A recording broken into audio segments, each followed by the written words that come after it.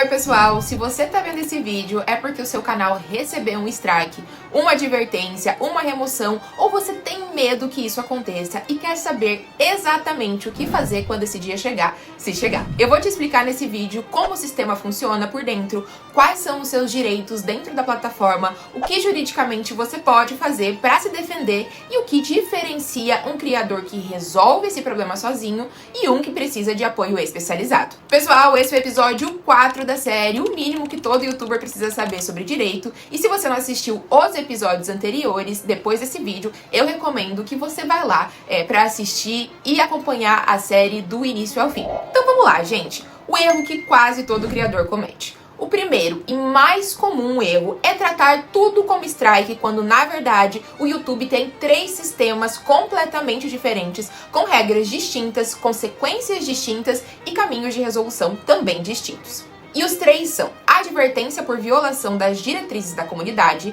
advertências por direitos autorais, que vem de pedidos legais formais e reivindicações de Content ID, que é o sistema automatizado da plataforma. Então, tratar os 3 como a mesma coisa é um problema sério, porque a estratégia de resposta para cada um é diferente. Usar a estratégia errada pode piorar a situação. Eu já vi, aqui na minha prática da advocacia, criadores contestarem reivindicações de Content ID sem argumento sólido e acabarem transformando num problema ainda maior que não precisaria aí passar por tudo isso. E eu vou explicar agora em detalhes cada um deles. Vamos entender primeiro sobre as diretrizes da comunidade. As diretrizes da comunidade são regras de comportamento do YouTube. Elas se aplicam a vídeos, comentários, miniaturas, thumbs, posts e links. Conteúdo violento, discurso de ódio, assédio, spam e desinformação, por exemplo, são exemplos de violação. Quando o YouTube identifica uma violação, seja por denúncia de usuários ou por detecção automatizada, o sistema funciona de forma progressiva, conforme a documentação oficial da própria plataforma. E um alerta aqui, gente, na primeira ocorrência você recebe apenas um alerta, sem penalidade imediata. O YouTube reconhece aí que erros acontecem. Você pode fazer um treinamento opcional sobre a política violada e, se fizer, o alerta expira em 90 dias contados a partir da conclusão do treinamento. Se violar a mesma política dentro desse período, sem concluir o treinamento, o alerta não expira e você recebe uma advertência. Primeira advertência: por uma semana você não pode enviar vídeos, fazer transmissões ao vivo, programar conteúdo, criar miniaturas ou thumbs personalizadas, nem criar ou editar playlists. A advertência fica ativa no canal por 90 dias. Então vamos aqui para um exemplo prático para ficar mais claro. Você posta um vídeo com linguagem que o YouTube entende, sei lá, como assédio, por exemplo. Primeira vez, alerta. Segunda vez, dentro do período, advertência. Uma semana sem postar. Se você estava com conteúdo programado para aquela semana, ele vai para privado, ele fica como privado e você precisa ir reprogramar manualmente quando aí a suspensão vier a terminar, tá? Agora, em relação à segunda advertência, no mesmo período de 90 dias. 2 semanas sem postar nada é a consequência. E na terceira advertência, em 90 dias, o canal, gente, é removido permanentemente. Todo o conteúdo, todos os inscritos, todo o histórico, tudo. E uma informação crítica aqui, gente, que muita gente não sabe. Excluir o vídeo, prestem atenção, que causou a advertência não remove a advertência. O YouTube pode, inclusive, aplicar a advertência sobre vídeos que você já excluiu. Pessoal, antes de continuar, deixa eu te dizer uma coisa. Se você faz conteúdo, por exemplo, sobre games, reacts ou usa música nos seus vídeos, o episódio 2 dessa série, que é sobre direitos autorais, vocês precisam assistir obrigatoriamente antes aí de partir pro próximo bloco ou até por esse vídeo, que vai te ajudar muito, acreditem em mim. E agora vamos para o outro sistema, que é de advertência por direitos autorais. Esse é o sistema mais grave, porque vem de um pedido legal formal feito por um terceiro, não de uma análise interna do próprio YouTube. Nesse sentido, gente, a advertência por direitos autorais ocorre quando o titular de uma obra protegida envia um pedido de remoção legal ao YouTube. O YouTube analisa o pedido e, se for válido, remove o vídeo e aplica a advertência no canal. Conforme a documentação oficial aqui da própria plataforma, que eu me baseei para esse vídeo, o sistema funciona assim, tá, gente? Com uma advertência, o vídeo é removido. Você precisa concluir o curso de direitos autorais do YouTube para que aí a advertência expire nos 90 dias. Se não concluir, ela fica ativa indefinidamente no canal. Com 2 advertências, mesmas consequências, mesma lógica de expiração. Agora, com 3 advertências por direitos autorais, sua conta e todos os canais associados a ela podem ser encerrados. Você não consegue criar mais novos canais. Vamos entender de novo aqui no exemplo. Você usa um trecho de uma música num vídeo de gameplay sem autorização. A gravadora detecta, envia pedido formal de remoção. o YouTube, a partir disso, valida e aplica advertência. E isso é completamente diferente de uma reivindicação de Content ID. O Content ID não gera advertência, apenas afeta o vídeo. A advertência por direitos autorais afeta o canal inteiro e coloca você no caminho para perder tudo em 3 ocorrências. E aqui eu preciso entrar também numa dimensão jurídica que poucos criadores entendem e conhecem, até porque não é obrigação de vocês. O pedido de remoção por direitos autorais é um pedido legal. Isso significa que ele tem requisitos jurídicos para ser válido. Um pedido mal fundamentado, sem os elementos legais e formais necessários, é tecnicamente contestável. E mais importante, pedidos feitos de má fé, que é quando alguém reivindica direitos sobre o conteúdo que não possui só para prejudicar, podem sim gerar responsabilização civil para quem fez a reivindicação. Nesse sentido, a questão é que identificar se o pedido específico é ou não juridicamente válido e como estruturar uma contestação com base legal sólida é uma análise que vai além de clicar em contestar aí no YouTube Studio. E agora vamos para o sistema 3, gente, o Content ID, né? Primeiro vamos fazer aqui uma revisão rápida. A gente já falou em detalhes sobre o Content ID no episódio 2, mas eu vou revisar aqui porque a confusão com a advertência ainda é muito comum, tá? A reivindicação, pessoal, de Content ID não é strike. Ela afeta o vídeo, não o canal. O titular pode monetizar o vídeo no seu lugar, bloquear em alguns países ou só monitorar. Você não perde aí a capacidade de postar e nem fica aí sob o risco de encerramento por causa de uma reivindicação de Content ID. O perigo, e isso é importante, tá, gente, é usar a contestação de forma errada.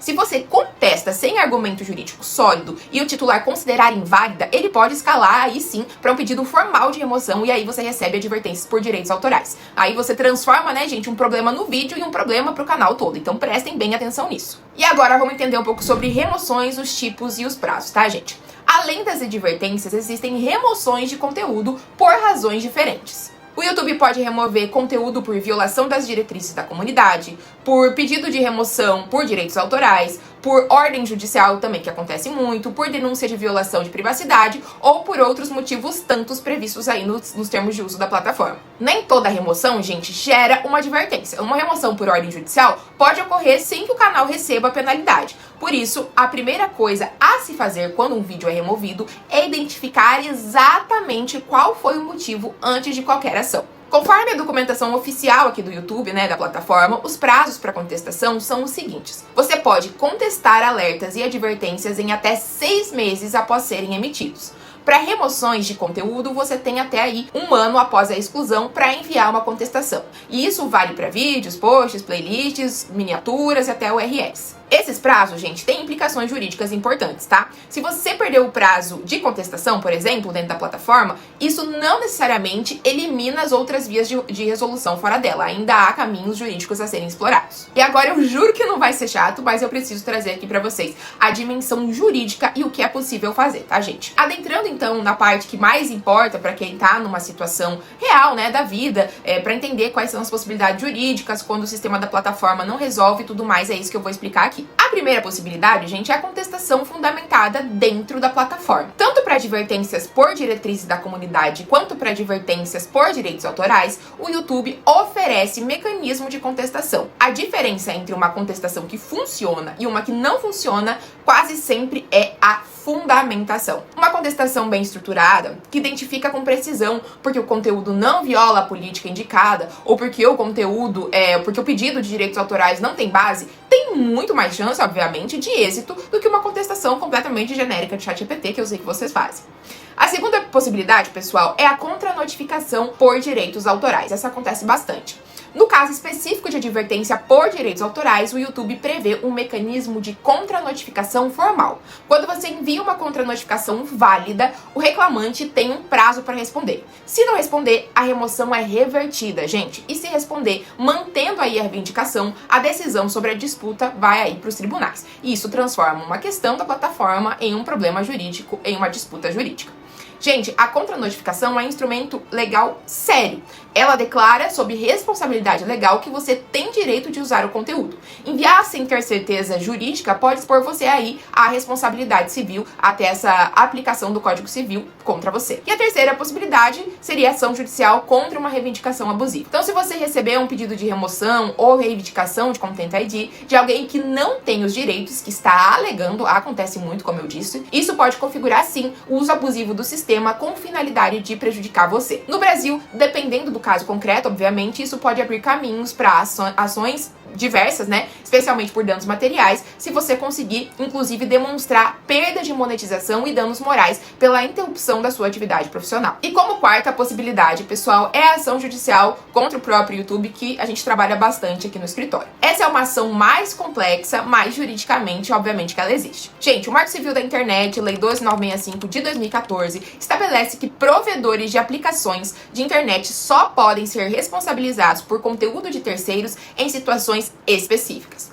Quando o YouTube remove conteúdo de forma arbitrária, sem fundamento nas próprias políticas que ele mesmo criou, há um debate jurídico sobre os limites dessa autonomia. Já existe jurisprudência brasileira sobre isso, inclusive dos principais tribunais do país, que é o TJSP, que já se manifestou sobre a questão de remoção unilateral de conteúdo pelo YouTube, tá, gente? Esse caminho, gente, obviamente exige uma análise muito cuidadosa aí do caso concreto, porque envolve uma empresa, querendo ou não, com um enorme poder de mercado e com recursos jurídicos. Mas ele existe e dá pra enfrentar sim. E agora eu quero partir aqui para um bloco mais prático, que é o que fazer quando receber algum tipo de penalidade passo a passo. Se você tá numa situação real agora, aqui está a ordem do que fazer, tá, gente? Primeiro, não age por impulso. A notificação chega e a tendência é querer resolver imediatamente. Respira. Ação precipitada pode piorar tudo. Segundo, leia a notificação completa, de cabo a rabo. YouTube envia e-mail, geralmente, explicando qual conteúdo foi afetado, qual política foi violada e quais são as suas opções. Leia tudo antes de tomar qualquer ação. Não preciso nem falar isso, né, gente? Terceiro, não exclua o vídeo. Excluir o vídeo não remove a advertência e elimina uma prova que você pode usar em seu favor na contestação ou quando você precisar, tá, gente? Quarto, identifique o tipo de remoção. É diretriz da comunidade? É direitos autorais? É Content ID? O caminho é diferente para cada um, como eu ressaltei várias vezes nesse vídeo, tá? Quinto, avalie se a contestação tem um fundamento sério. Aqui é onde a maioria erra. Não conteste porque você tá com raiva ou porque só acha injusto. Conteste com base em argumentos concretos. O conteúdo não viola a política indicada. O uso se enquadra nas exceções da lei. Você tem licença válida. O pedido não tem os requisitos legais necessários. São alguns exemplos, tá, gente? O sexto passo é avaliar a extensão do dano. Quanto tempo seu canal ficou sem postar? Quanto você perdeu de monetização? Você tinha aí contratos de publi que foram afetados por isso? Esse mapeamento de dano, gente, é importante para qualquer decisão que vá aí para via judicial para fins de prova. Por sua vez, o sétimo passo é, se a situação for complexa, busque uma análise jurídica especializada. Canal com histórico de violações múltiplas, advertências, disputa de direitos autorais com grandes empresas ou danos financeiros relevantes são situações que exigem alguém aí que conheça tanto o direito do entretenimento digital quanto o funcionamento real dessas plataformas. E falando em conhecer seus direitos antes de precisar deles, no episódio 3 dessa série, eu fui a fundo num dos temas mais mal compreendidos no universo do YouTube brasileiro, que é a diferença entre fair use americano e o que realmente existe na lei brasileira. Então, se você faz principalmente vídeos de react, análise ou qualquer conteúdo aí que use material de terceiros, esse episódio é fundamental. Vou deixar o link aqui na descrição. E agora a gente já se encaminhando aqui para o final, o que é que diferencia os casos que se resolvem dos que não se resolvem? Depois aqui de acompanhar e estudar muitos casos de criadores que enfrentaram esse tipo de situação, o que diferencia os que resolvem bem dos que perdem o canal ou ficam aí meses sem monetizar não é sorte. São aí em geral 3 coisas, tá? Primeira, que eu sempre vou bater na tecla, documentação prévia. Quem guarda contratos, licenças, comprovantes de criação original e registro das publicações e das métricas tem muito mais condição de provar os seus direitos quando necessário. Agora, quem cria tudo de forma informal, não tem prova de nada, quando precisar, vai faltar. Outra coisa muito importante é conhecimento do sistema antes da crise. Quem entende como funciona aí o sistema de advertências, os prazos, os mecanismos de contestação e os direitos envolvidos antes de receber uma notificação, toma, obviamente, decisões melhores quando a situação acontece. É exatamente o que você está fazendo assistindo esse vídeo agora. E mais uma coisa, é claro, é o suporte técnico-jurídico adequado para o caso. Casos simples se resolvem normalmente dentro da plataforma. Casos com valor financeiro relevante, histórico, como eu disse, de múltiplas penalidades, disputa aí de titulares sobre direitos autorais e situações aí que limitem a plataforma e tudo mais, precisam ser analisados de forma mais aprofundada, além aí só do YouTube Studio, de uma contestação formal ou coisa do tipo, informal ou coisa do tipo. E agora sim, gente, vamos recapitular aqui comigo. São 3 sistemas diferentes. Diretrizes da comunidade com alerta, primeira e segunda e terceira advertência, sendo a terceira encerramento do canal. Segunda, direitos autorais com pedido legal formal, que pode encerrar o canal em 3 ocorrências. E Content ID, que afeta o vídeo, mas em regra não gera advertências. Sobre os prazos agora, 6 meses para contestar alertas e advertências. 1 ano para remoções de conteúdo. Não exclua, por favor, o vídeo antes de entender o que aconteceu. Isso pode piorar muito a situação e acontece bastante. Agora, sobre as possibilidades jurídicas, resumindo, vão desde a contestação muito bem fundamentada dentro da plataforma até a ação judicial, é claro, dependendo da análise do caso.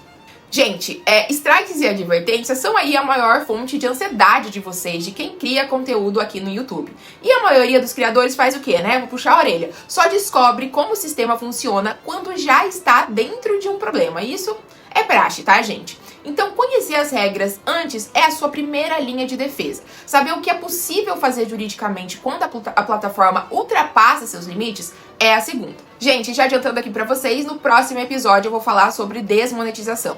Por que acontece, quais são os motivos mais comuns, o que o YouTube diz oficialmente e o que o criador pode fazer quando o canal perde acesso aí ao programa de parcerias. Pessoal, meu nome é Camila, eu sou advogada especialista em direito do entretenimento digital e gaming law ou direito gamer, pode escolher como chamar. E se esse vídeo aí foi útil, se inscreve aqui no canal e deixa aí um comentário se você passou por alguma dessas situações. Gente, muito obrigado por terem chegado até aqui e até o próximo episódio.